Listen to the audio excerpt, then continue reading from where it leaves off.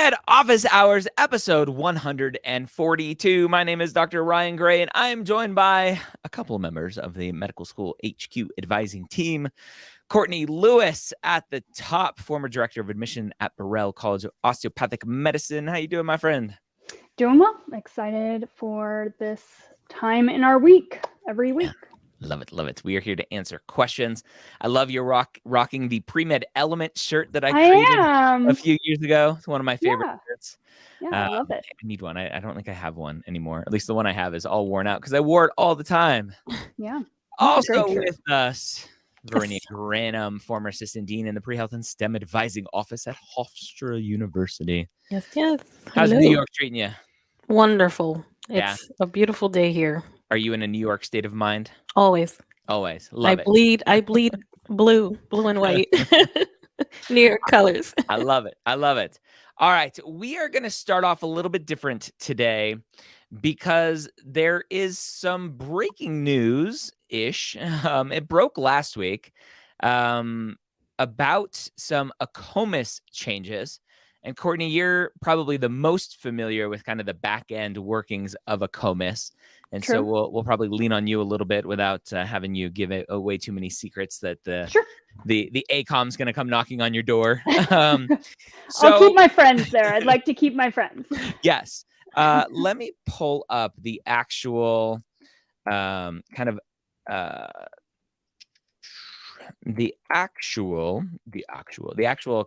message that Helene from ACOM mentioned, and she's, I think, the vice president of general medical education, which is undergraduate medical education, not general. Dr. Helene Cameron. Yes, undergraduate UGE versus GME. Undergraduate UME. Whatever it is. Yes. I don't know. Leave me alone. It's 11. I haven't had my coffee this morning or ever. The website is really, really slow. Open, please. All right, I'll just get to it. So the change basically, and I'll paraphrase because I don't have it directly in front of me. As it just pulled up now. Important notes beginning with the 2023-2024 ACOMIS cycle, which is the cycle that's opening up on May 2nd, I believe, this year, 2023. ACOMIS will begin releasing, quote, in progress applications to institutions as they become available, which will begin the day the application launch, May 4th. So TMDSA and AMCAS, TMDSAS and AMCAS are May 2nd. ACOMIS is May 4th this year. May the 4th be with you. Yeah. Star Wars Day. Love it. Applications will no longer be held for release until June 15th. While institutions will begin receiving applications at an earlier date this cycle, they still review applications based on individual timelines, meaning each school does their own thing. We say that 1,000 times a day here. That may not begin until later in the cycle. Applicants are encouraged to reach out to programs directly with any questions. So for those of you listening and have specific questions directly for this ACOMIS change, we're going to spend the first 10 or 15 minutes really honed in on this because I think this has scared a lot of students, Courtney. And they're like, oh my gosh, I moved my MCAT date to like mid-May because the kind of first wave of applications wasn't supposed to go out to DO schools until mid-June. How is this going to affect my MCAT date now? That's the first big question that we have been seeing a lot of. What are your thoughts? Well, I don't think it'll actually change too much. So pulling back from past years when I had access to the ACOMIS platform as an administrator on the back end, I would be able to see certain chunks of information. And a lot of the times it was for completed but unverified applications. And I could see only partial bits of information that had been filled out. Really what this is it's just bumping it up an extra step. So in progress applications, you haven't necessarily hit the complete button, but you have designated a school or you're interested in a school. And the information that they're going to be able to see is still limited. So I don't know if it really affects the MCAT date per se. But, you know, having information, even if it's just your name and biographical background information, is still available to them at a much earlier date than it was before. So Yeah. So a list of one of the first big questions, well, what does in progress applications mean? That was my first question. I'm like, are they seeing me type like, I hate this process in the personal statement and then delete it and then go, I still really hate this process and then delete it and then finally paste it in my personal statement? Like, are they seeing that? Are they not? And so I asked Helene, again, this is Helene Cameron, the vice president for UME services at ACOM. So again, undergraduate medical education. And she said demographic and kind of name info. And there's a very specific list here. So what is your ID number, right? Your ACOMAS ID, first name, last name, designation. So I'm assuming that means the school designation, email, preferred phone number type, alternate phone type, current street address, all the address information, permanent street address and all of that information. And then designation label. Do you know what does that mean, Courtney? What is designation I don't, label? Okay. I have no idea, actually. Okay. So that may be something different. Program plans? I don't know. Okay. Designation added date. So that's just when the student added that school. Text authorization. I'm assuming for updates that you want to receive for like phone text, like SMS authorization, and then note, whatever that is. So, yeah. So that's the information that the individual osteopathic medical schools are able to pull from the application. So don't worry, right? They're not looking at your in progress essays or anything like that. They're not watching you add different activities. The next big question comes from students to go, okay, historically, I would submit my application, let's say mid-May, because ACOMAS hasn't had that delay window for when you can submit an application like AMCAS has historically had, and TMDSAS just added just a couple week delay. But I would submit the application, and then I would have some peace and quiet in my life to go focus on secondaries. No. So what's going to change now? Schools can see, hey, Sally has added our school to her list. Are schools going to knee-jerk, like, start sending secondaries before anything else?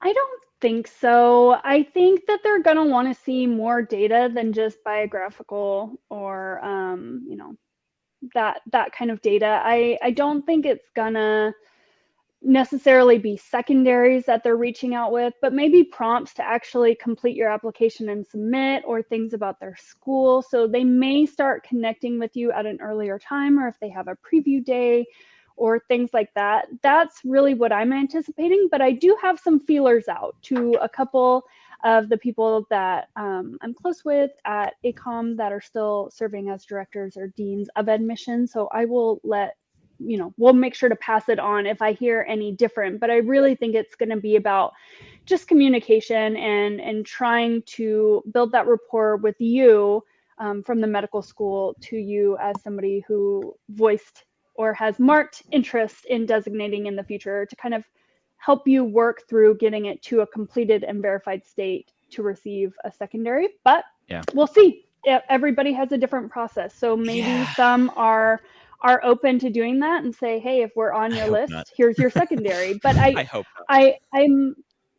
I'm hesitant to even say that that's likely what's going to happen. I just don't think it is.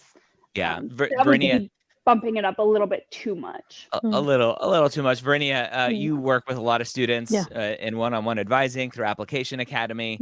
Secondaries are always a huge struggle. The tidal wave, I've been calling it lately. The tidal wave of secondaries come. Like, it would be cruel for medical schools to start sending secondaries even earlier. What do you think? It would. I mean, the stress level right now is definitely high. The only thing I could say is to students, which is what we always emphasize anyway, is to pre-write as much as you can, right? Start, it may mean that you have to start just a little earlier, just in case. But it's manageable. It's more manageable the earlier you start. It'll just be interesting to see really what was the impetus for this. Is this so that they can plan, their summer schedule a little bit better. Only they know. But as far as secondaries go, just anticipate that, yes, this is going to require a lot of work and you should be pre-writing anyway. Should be pre-writing anyway. So one of the potential things, and again, without knowing exactly what medical schools are going to do, one of the potential things is, well, first off, don't designate any schools, right? Just leave your school designations blank until the very last minute and then submit. So that's one way of getting around this new change, because it's only being triggered, it seems like, when you designate a school. So if it's only being triggered when you designate a school, don't designate a school. You can still work on your personal statement, your activities, your transcripts, all of that fun stuff. And then you won't be bothered from the schools. I don't think that's going to hurt you in the long run. It's not going to put you behind everyone else.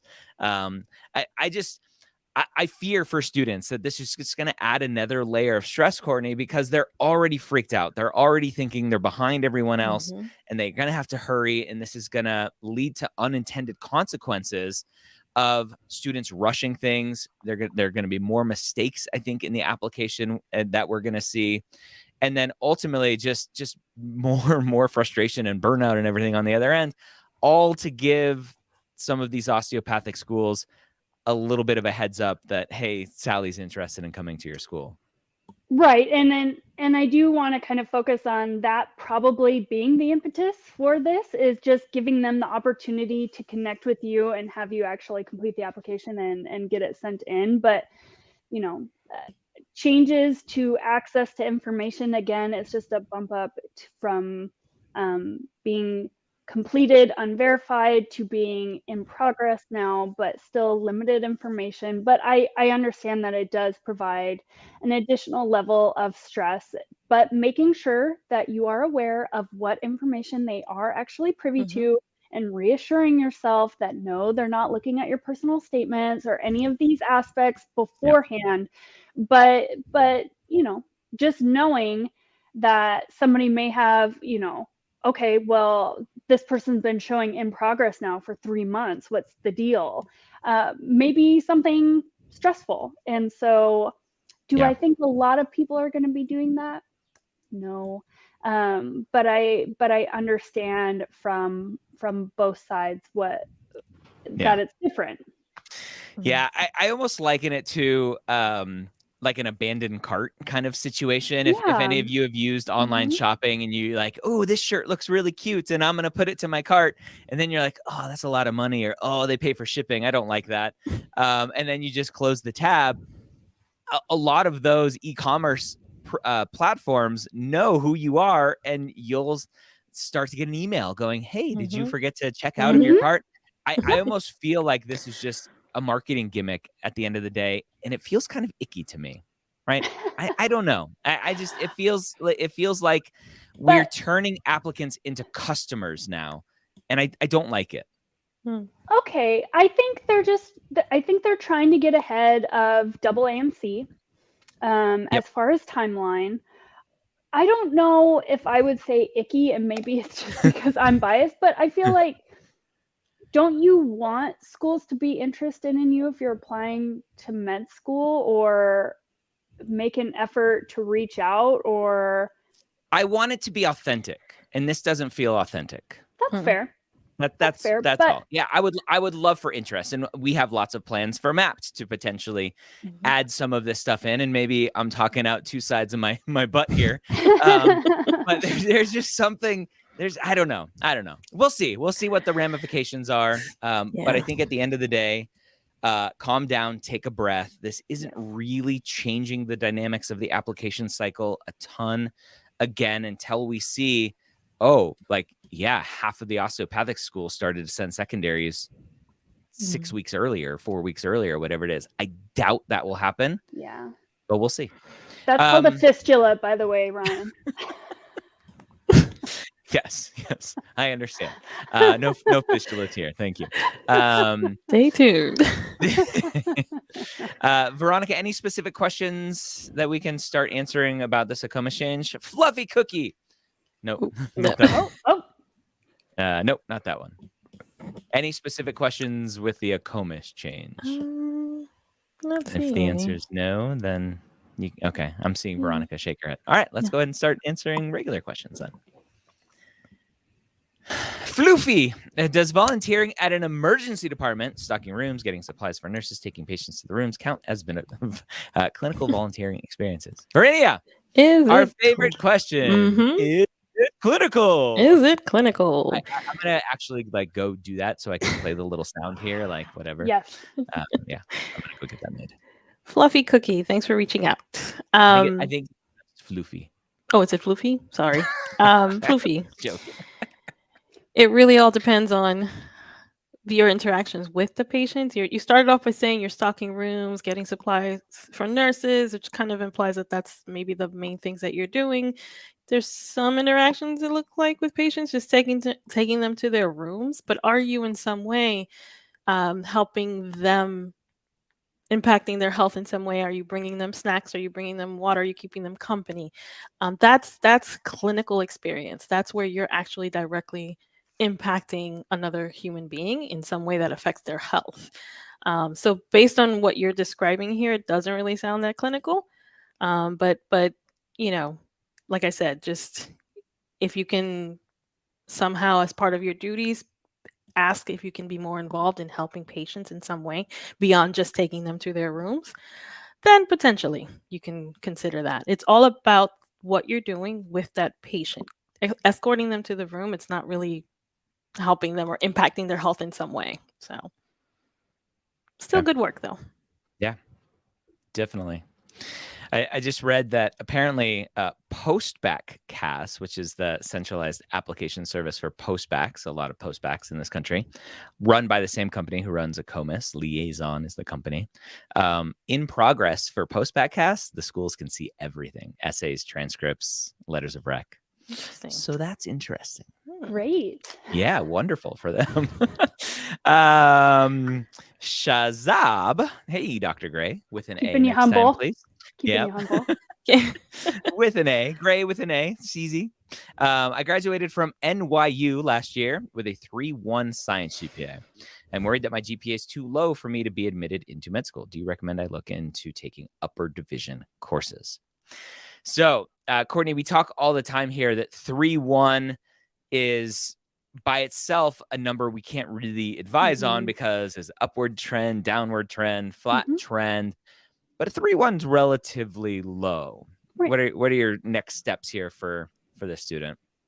Yeah, I would say if you just graduated, there's probably opportunity to take upper division or graduate level courses to give yourself that upward trend, because if you're just completing your undergraduate, then they're likely going to want to see more evidence of you being able to handle a fairly heavy science course load at a higher level, to build that foundation. It is foundation building. That's the purpose of it. To make sure that you're ready to take on the 32 to 36 science credit hours that they would be putting you into once you started medical school. So it's likely, without information, as Dr. Gray said, that you will need to do additional kind of foundational building coursework at an upward trend. Yeah. So, Shazab, if you don't already have a Mapped account, go create one. If this is your first time creating an account, use the code 30 days free, enter all of your grades, and then send a message to our advising team and say, hey, all of my grades are in. Now you can get a more solid look at all of my courses. Now, can you help me with those next steps? We charge, knowingly, a lot of money for one-on-one advising. Mapped is $90 a year for amazing advising. You get my LORs. We have some new stuff coming down the pipeline as well. So go check out Mapped. Entering your grades, all that stuff, free. Track your grades forever. Track your MCAT scores. Track your activities. All that's free forever. Almost all of Mapped is free. All right. Ryan Lee, our online chemistry classes, lab classes, okay for med school? Asking for a friend. All right, Ryan, we're going to let your friend know. Verenia is going to let your friend know. Yeah. It's one of those. It It depends. depends. Yeah. You kind of have to do your research, Ryan, and see what each you can look up each school's requirements and see if they accept online classes. Labs are a little bit trickier because what you're learning and applying in or the knowledge you're learning, you want to apply in a lab and physically see the results of that. So online labs are a little bit tricky. But it will depend. It will depend on each school. So look up the school, check out their requirements. You can maybe get a subscription to MSAR or maybe find their requirements on their website and see if an online class is acceptable. Yep. That's the answer.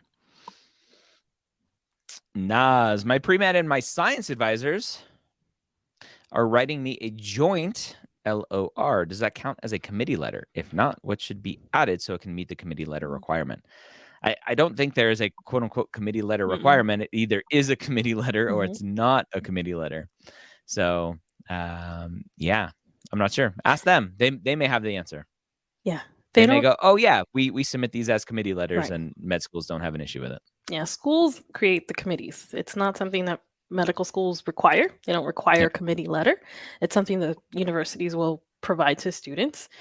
So it depends on their processes. But so yeah, as Dr. Gray just said, check with your pre-med advisor and see if it counts as their committee letter.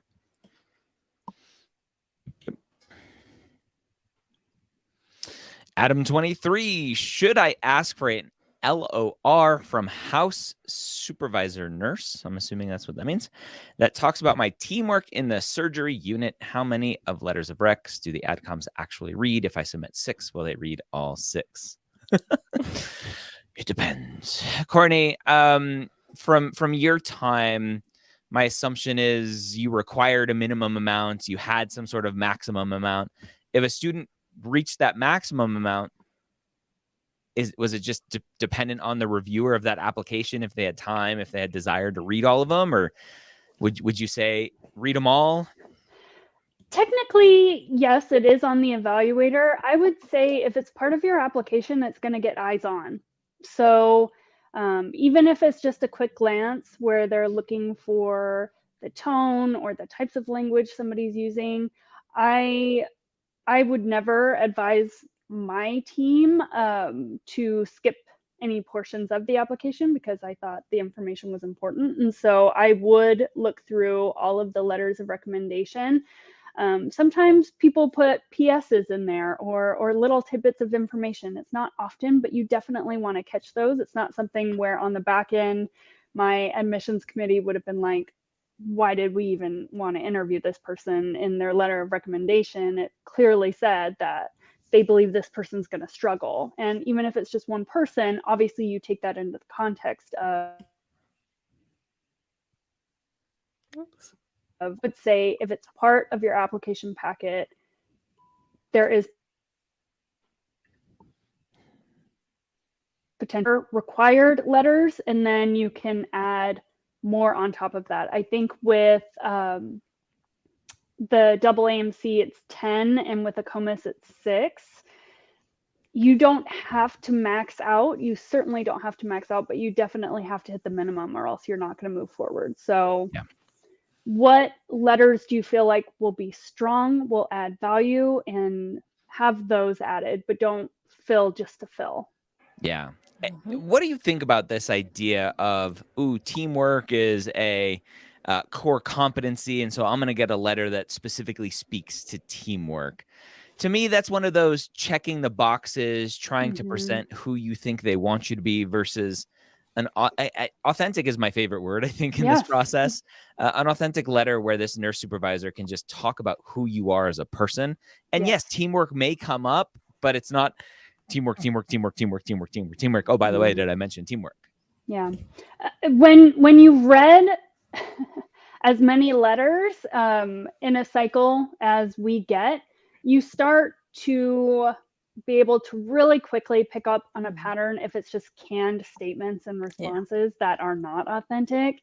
And so those will generally start to hold less weight because they do feel inauthentic, and that's not what we're looking for. We're looking for how it was to work with you, what this person, experienced, and it really does need to be from their point of view.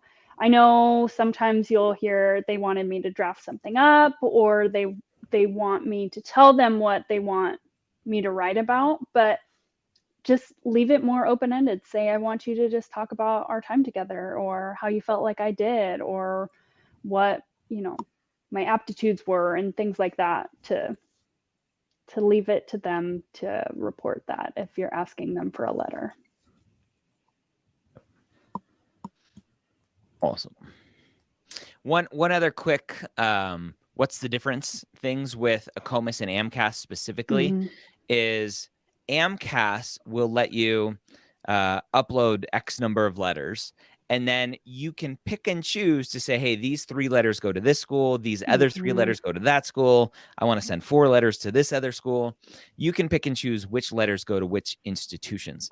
AACOMAS and TMDSAS, all letters go to all schools. So that's a big difference.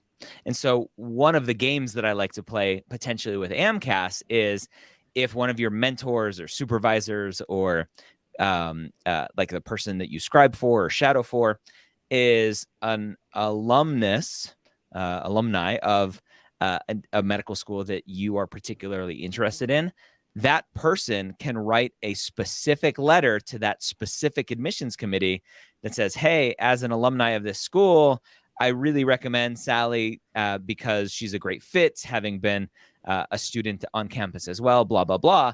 And then they can write a second letter to the rest of the medical schools that is just a general dear admissions committee type letter.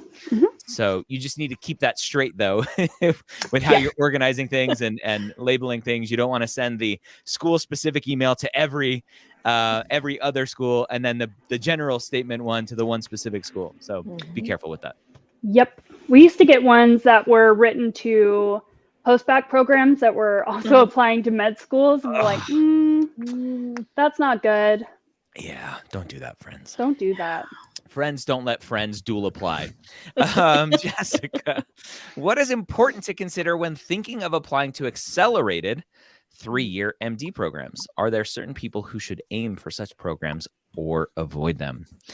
So it's interesting, Verinia, in this world, what is old becomes new again. 3-year programs used to be more of the norm, and then we went to 4 years. I think we should probably go to 5 years, although tuition, the way it is, probably shouldn't.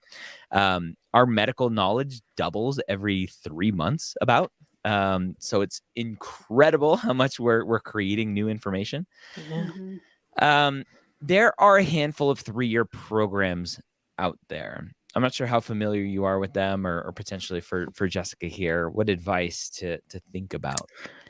My knowledge is a little bit limited with specific programs, but I look at this from the lens of just a pre-health advisor who's worked with hundreds of students, and I think to myself, if this is how you are happy and you normally operate at an accelerated level, you're very motivated and disciplined and can handle kind of the onslaught of a medical school curriculum condensed to 3 years, then go for it. Yeah. You have to look and see if this program fits your learning style, your, the school fits your idea of where you're going to be successful. There, to me, I don't think I could speak enough to what the benefit is as opposed to a regular 4-year program. Other than tuition. That's a big one. Yep. But then what are you losing because you're saving that 1 year of tuition? What are you losing in other aspects? So that's what you have to look at. If you're going to be ultra stressed, is it ultra competitive, and it's just not a very good environment for you to be in. It's hard to gauge that just by what's on the website. So you really have to do the research, know yourself, know your learning style, what you prefer. If it's the ideal program for you, then go for it. Yeah. So I did a podcast episode with the Dean of Admissions at NYU, Dr. Rivera, because they have some newer, this was a few years ago now, I'm trying to pull it up, the exact episodes, Medical School HQ, or just premedyears.com/96. So that was actually a while ago, because Yeah. we're on episode 520 now. So the big difference specifically is, at least for NYU's program, and again, every program's a little bit different, is you're kind of pre-applying to residency as well. You're saying, hey, I'm interested in internal medicine, so I'm willing to basically the 3-year programs are getting rid of a lot of the elective rotations and away rotations that take up a lot of time 4th year, which a lot of med students think are just a waste of time. Like, I'm paying all of this money to just go hang around and travel the country and do what we call audition rotations sometimes to potentially match later on. And what NYU's program does is says, hey, we're going to pre-match you into a residency program. So if you're interested in OB, they have a couple of them, OB, internal medicine, whatever they are. And you say, hey, I'm interested in internal medicine. I would love only 3 years, get rid of all of the extra fluff of traveling around the country and figuring out what program I want. And are there any different specialties I'm particularly interested in? And just cut that out. And the rest of the medical school is basically the same. You're taking whatever it is, 18 or 24 months of the preclinical years, and then you're pre-matched basically into an NYU program. Again, that's specific to NYU. It may have changed since my last conversation with Dr. Rivera, so go check out that episode and do some more research. But they're interesting. The content, my assumption is the content isn't as accelerated, right? It's either a normal 24 or 18 month, which a lot of med schools are switching to an 18-month curriculum so that you can get started earlier in your clinical rotations. Again, that's kind of a marketing gimmick for medical schools to say, hey, we get our students in with patients earlier. But whatever. Yeah. Good luck. Connor, how do I stand out and tell stories in my application without sounding too sales pitchy? Sounds like a good application academy student. What do you think, Courtney? Yeah, I mean, this is right up our alley of things that we're talking about every day with our academy students. I was thinking that you were going to take this one because this is something that you touch on quite often. All the time. Yeah. Yeah.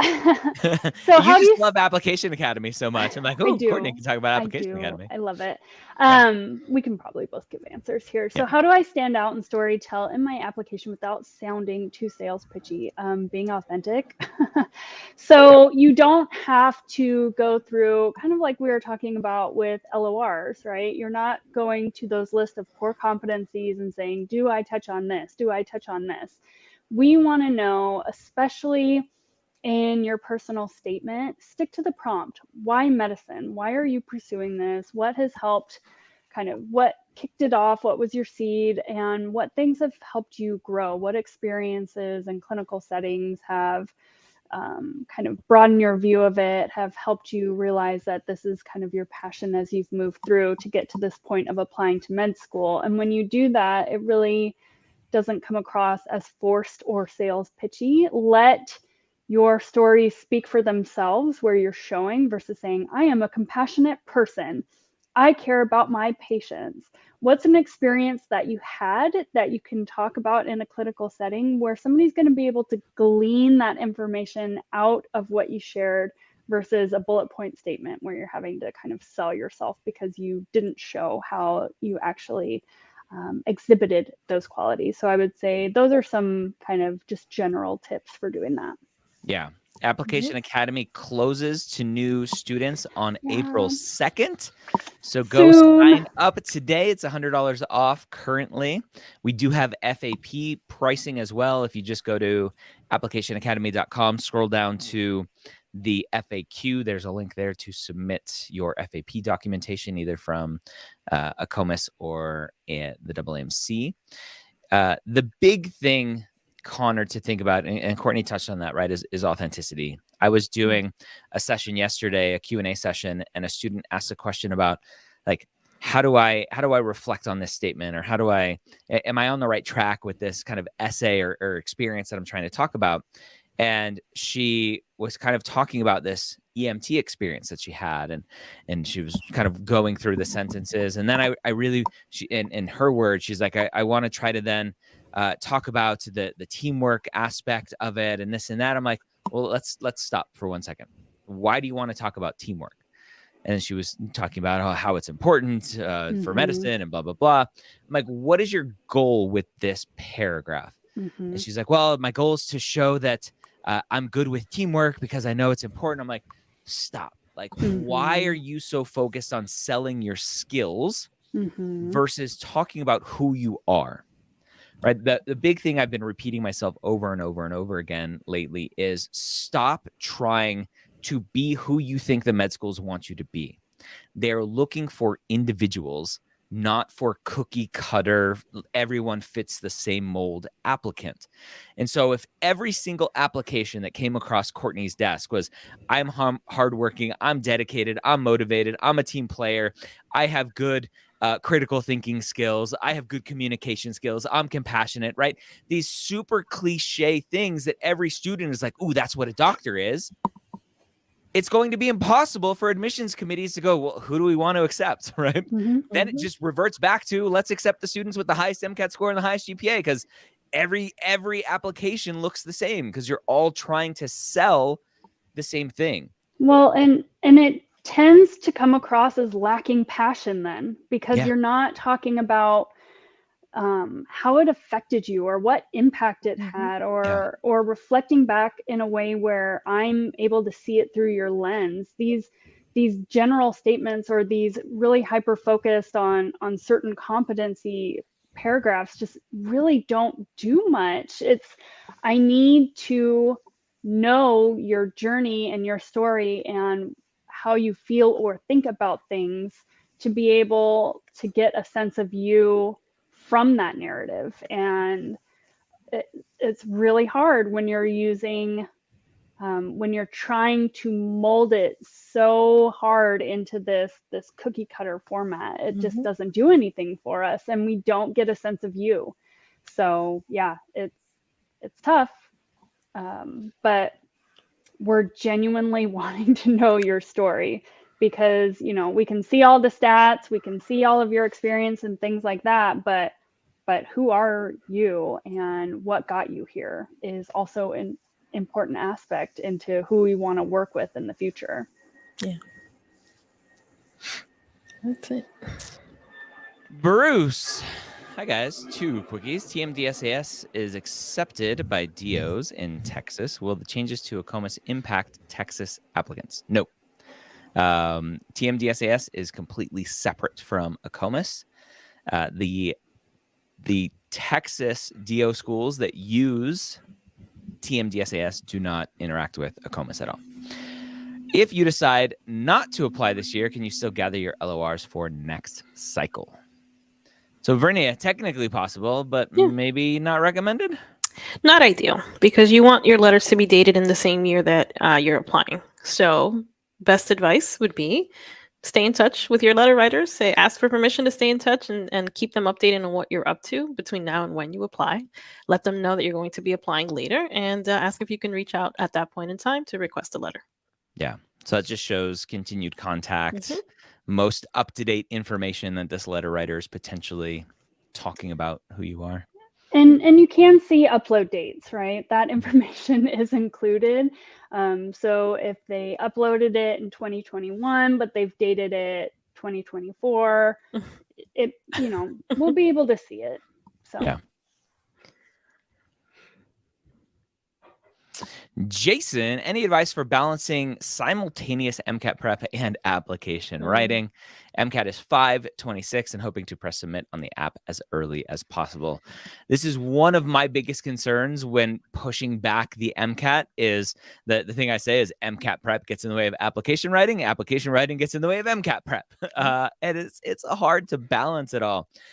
Courtney and Vernia, you both deal with students one-on-one through the application cycle with our one-on-one advising, and it's a struggle, right? Sometimes students ghost us for a little while when they pop their head up. They're like, sorry, I was studying for the MCAT. Yeah, I'm like, well, now you're 3 months behind on writing your personal statement. Yeah. What do you do, Courtney, to help motivate students through this process? Break it down into smaller chunks, right? Because if you're only studying for the MCAT, that can get stale, right? You need to give your mind a chance to work on something else. And so bite-sized bits and working on it over time is still helpful, right? It doesn't seem as overwhelming maybe if you're doing it then. So if it's just, this weekend or when I have downtime or I'm watching TV, I'm going to look at some med schools to build my med school list, or I'm going to gather that information for contact information, hours and dates for some of my experience sections and things like that. So digestible bits over time are still important, because activities and personal statement, I would say, and building your med school list, those are the three things that can be the biggest time sucks. And so doing those over time while still focusing on MCAT prep and being very structured and disciplined with your time and charting it out so that it's not just, okay, this week I need to put in 40 hours. Map it out so you're getting it. Even during your breaks, take mental breaks, but also, don't have too much downtime where you really could be more effective. So it's a lot of planning, it's a lot of discipline, it's a lot of breaking pieces down. Yeah. Brittany, any extra thoughts? Yeah, I mean, there's only so much MCAT prep that you can do before your brain turns to mush, right? So you need you need that break to look at your application and just get remotivated, so that you can go back to your studying, because that's what's going to keep you motivated, and remind you of what you're aiming for. So like Courtney was just saying, I tell students, schedule it, make it part of your weekly schedule. 2 hours a week, I'm going to do this, and even if it's not personal statement writing or activities writing, it's maybe looking at schools, working on your school list, something application related to keep you on pace. And there comes a point where you have to kind of consider, okay, am I ready to apply just to beat the rush, or do I want to present a strong application? And it might mean waiting another week. It's okay. You're not waiting until July or August. You're just maybe waiting till mid-June or something like that. So yeah. I think one of the key things to remember, and I think it's hard, right? As a society, we all struggle with this. I think psychologically is, I don't have time to work out. I'm too busy studying. When in reality, going and working out will increase your effectiveness, right? Maybe you have 1 hour less of a study block, but your effectiveness during that, the other time that you have, goes from 80% to 90%. Right? You are more effective the more that you can rest, the more that you can sleep, the more that you can hydrate, all of that good stuff. We know it works. And so having that really big task switch from MCAT prep, which is using a big part of one part of your brain, to more of the creative, I want to think about myself and write about myself. It's a break. And when you get back to, yes, it's a distraction for your MCAT prep, but it's also helping you recover and come back hopefully more effective. So don't be afraid of those breaks. Yeah, and it's not like in the back of your mind you're not thinking about how delayed your application is. You're still thinking about it. And so even if you have to take your phone and you're not ready to write your personal statement, but you think about a watering event, record a verbal note as you're walking around or doing something. There are plenty of ways to do time boxing, if you've heard of that and things. But this is something that we would have to mention and work with first year med students on a lot, was, because they can go and go and go and go and go and still never feel caught up or ahead. And you do need breaks. You need mental breaks. You actually retain the information if you're taking those breaks. It is scientific. So that's something, if you can learn it now, even before you're having to really be told to do it as a first year medical student, to go and just like watch a Netflix show, just go and watch an episode, go and work out, go and walk outside, do a lap around the track or something. It'll be helpful, because you're going to need to find how you decompress, how you process, how you break up your day to give yourself that, for your own mental, physical, spiritual well-being. What does that look like? So, yeah. Allison Gronley, going into my third application year, Did well in postbac, have 6 years of scribing and 4 years of food shelf volunteering, getting discouraged and not sure what to do besides improve my 505 MCAT. Recommendations. It's impossible to recommend. Allison, email me your application, ryan@mappd.com, mappd.com. I'll be happy to take a look at it. There's probably something in there. There's can always be identified. Something. Yeah. 3 application cycles. 505 is decent. It's not, oh my gosh, amazing. It's not terrible. So what else is going on there? Yeah. Samantha asks, hello, should I wait to submit the DO app after scores are released? Second, how can I mention my struggle with gang mentality without coming across pity me coming from high crime and low income? You don't have to wait to submit your DO application until your MCAT scores are released, unless you are concerned that your MCAT score is not going to be good enough and you won't want to apply with whatever you're going to get. So, potential opportunity to just apply to one school, wait for your MCAT score, and then add the other schools as you go. I'm not sure that the gang mentality mentioned here, Courtney. What I'm not sure what she's trying to get at here. Yeah, so I think with the DO application, it doesn't have that other information or other impactful experiences. The new disadvantaged essay. It doesn't have that same option, which is where I think something like this could go. I'm not really sure if it's going to fit into your why medicine personal statement. There may be a little bit about maybe just 1 or 2 statements kind of talking about a challenge of growing up as far as pursuing education or just struggles at home. It may fit in a little bit there. I definitely don't think that it's going to be a highlight of your why medicine.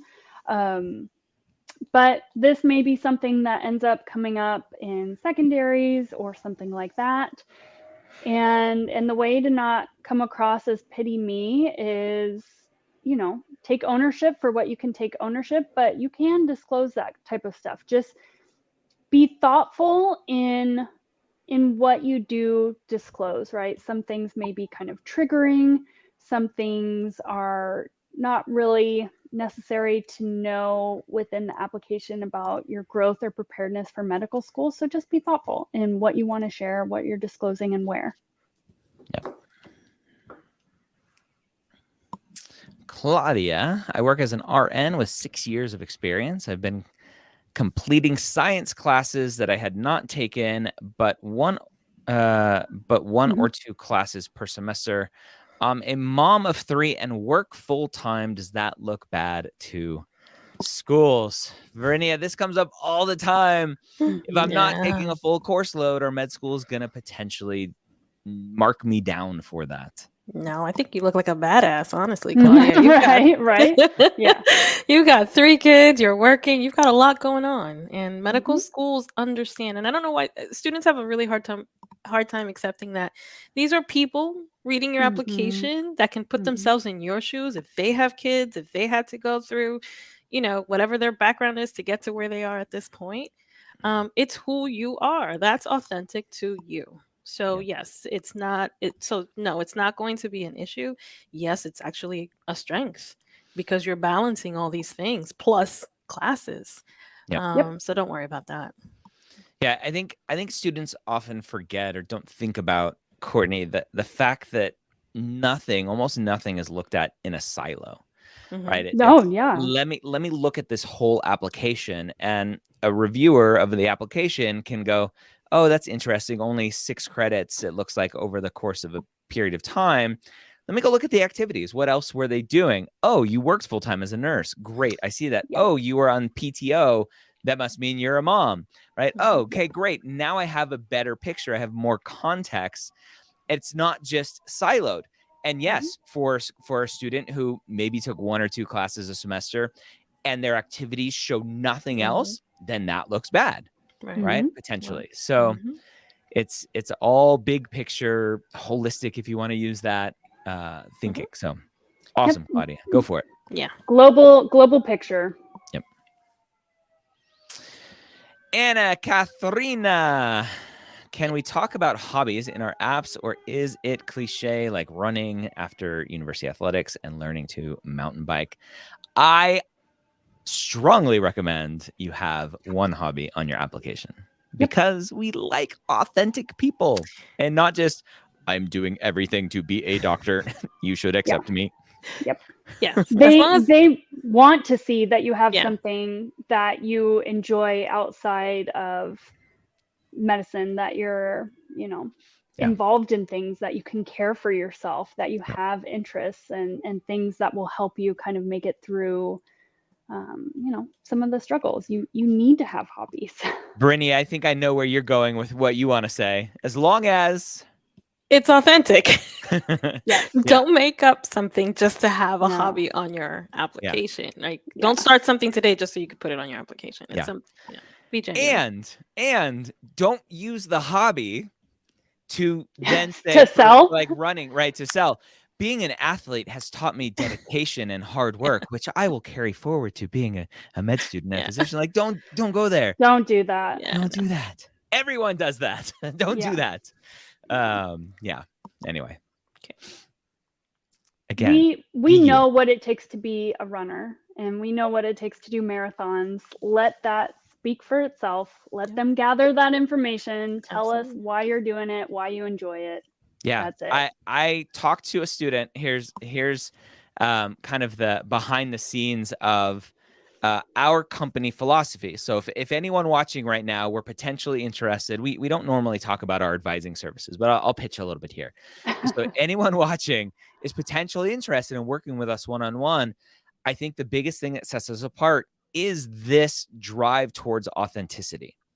I literally had a student message me on Instagram yesterday saying, "Oh my gosh, Dr. Gray," and this is actually a student, one of your students, Courtney. "I'm so glad I'm working with your team, working with Courtney. I had a free session with another company, a very big company in our space, and they told me to get rid of my hobby. They told me to replace it with a clinical experience. Let me rephrase. They told me to take off my most meaningful for my hobby and put most meaningful on a clinical experience because that's what med schools want to see." And I just like huge face palm, like, oh my gosh, who's giving this advice? I know. And like in my gut, I know it's wrong. And I have to say, you know what? It's not wrong. It's just different. But I think that information comes when you do look at things in a silo, right? Yeah. I'm only looking at your activities. I haven't looked at your personal statement. I haven't looked at this other stuff. And so they're going to want to know that all of your most meaningful have been clinical. This needs to be passionate. It needs to be experienced, where maybe I could see where that information is coming from, but it's just not true. It's just not right. it's not authentic. And a lot of the feedback that we do get was like, oh my gosh, I finally stopped doing this canned response type thing. And they, I felt like I had a conversation in the interview and they really connected with me and I got an offer. Yeah. Yes, that's because they want to see that you have some social skills, that you're interested, that you are interesting as a person, right? They're going to be working with you. And there are ways to help you shine and feel confident in your application and what you're presenting yourself as and what information you're sharing. And that reads so much better than this really dull, kind of lacking passion kind of narrative. It just it's not a service to you and all the hard work you've done. It's and just ultimately I think it's easier, right? It is. Because you're not wasting yeah. so much energy going, okay, how should I frame this? Okay, wait, I'm looking at my checklist of all the skills I think doctors have to have. Which ones haven't I covered yet? Okay, let me talk about that one. Like, you're just being yourself. And when we're doing Application Academy interview prep, I'll ask the student after a question and they give the answer. I'm like, how was that? And they're like, it was easy. I'm like, why was it easy? Because it was authentic. I'm like, yes. Like, you don't have to waste energy trying to be someone you're not. Some of the best writing that I see is when students are writing about their hobbies, because they're just writing about the stuff they love and they're being authentic. I'm like, do this. about all your Yes. other activities. Yep. Yeah. Carry that over. But there Medical- there yeah, are go. strategies. We can help you get there. Like sometimes it still seems really complex, really overwhelming, really challenging. Like we're not diminishing that and just saying like Yeah. just Yep. full send. You know, there are still ways to navigate this, and you know, we can kind of help keep you on track for that, or help you, you know, figure out how to gather that information from yourself. But yeah. medicalschoolhq.net/advising will take you to all of our advising opportunities, including what I think is the best thing we offer. It's also the most economical thing, and that is Application Academy. We are closing to new signups, new registrations April 2nd.